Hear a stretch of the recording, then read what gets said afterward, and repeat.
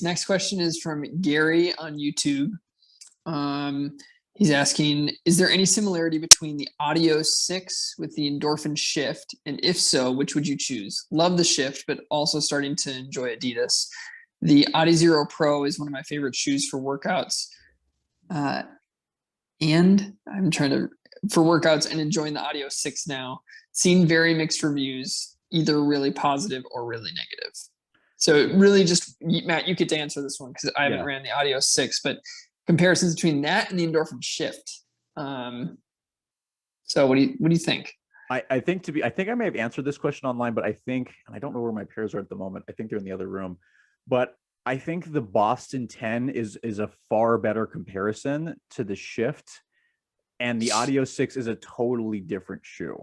I think it would be better to try to compare the Kinvara and the Audiosix, but not the Shift. The Shift is much heavier. It's definitely a trainer, just like the Boston is heavier and is much more a trainer, but both of them have elements that allow them to pick up the pace. Like I've done up-tempo workouts in the Shift just because the speed roll and it just can get you moving a little bit. And the same thing with the Boston, I've been able to do tempos despite the weight of the shoe.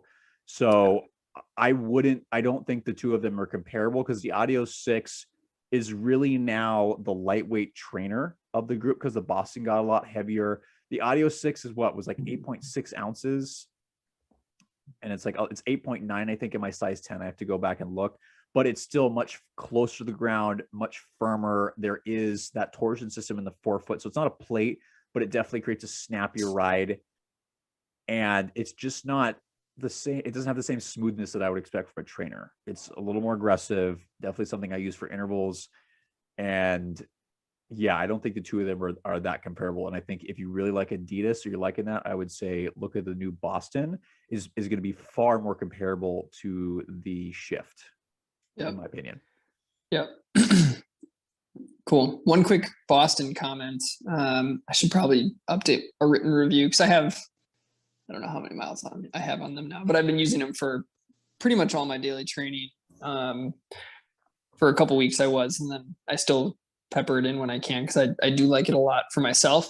But I think one of the changes that I'd love to see, the heel is, because the shoe, I mean, let's not beat around the bush. The shoe is really, really firm.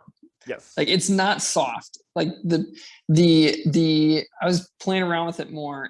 It really seems like the Light Strike Pro in the heel is a rim and not actually through the full heel. And then even in the forefoot, it seems like such a thin layer underneath the foot. The outside shows a little bit more, but I'd be curious to see what's actually under there because it's firm through the whole shoe. I think the most accentuatedly firm section is the heel because they put that plate and it feels like it's right under, like if you take out the sock liner and tap, it's like you're tapping on carbon. And I think that they should just bury that a little bit. It's stable enough where they could bury it. In our review, I mentioned that I think that shoe basically qualifies as a light stability shoe, just based on the plate, based on some of the way they set the shoe up. Like it's pretty rigid and stable. Something wide base. Wide base. The way the heel bevel is set up is very much laterally biased. Like for me, I can do almost anything in that shoe. I can do 15, 20 miles. I don't get fatigued just because it's pretty rigid. So almost, I like that shoe. Yeah, it works very well. A lot of people are going to hate it, but for certain people are going to love it. I think Nathan and I both found that we really like that shoe, but a word of caution because it's not going to work for everyone, and it's also totally different than previous versions. It's not even a Boston really to me, but whatever. In the trend of super soft foams like the Rebel 2, people will be like, why did Adidas even make this shoe? Whereas that's why our review is going to be probably one of the few like fully positive ones out there because you and I are the only guys on our team who got it, and we both prefer firmer riding shoes. Right. And so a firmer riding shoe with a little bit extra stack, just in the way that the rocker is very mild through the forefoot, present but mild. The rods are not carbons. There's some flex there. It just works really well for both of us. But a lot of people will not will not like this shoe. But that's why we do try to note, like, yeah, we like it, but not everybody's going to do that because everybody has different mechanics and shoe preferences. So yeah, I think I actually, so I was so excited for it, I bought a pair first, not realizing that we were going to get sent a that's pair. right.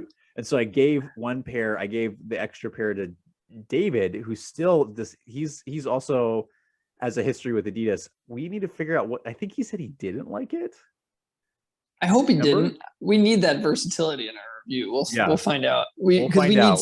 We need to follow up with him because we always like it when we disagree on shoes because it means that you're getting a variety of opinions. And then we feel like we're screwed when everybody likes it. We're like, dude, we need some. It's like we're endorsing this. Yeah. Yeah. Cool. Good question from Gary there. That was great.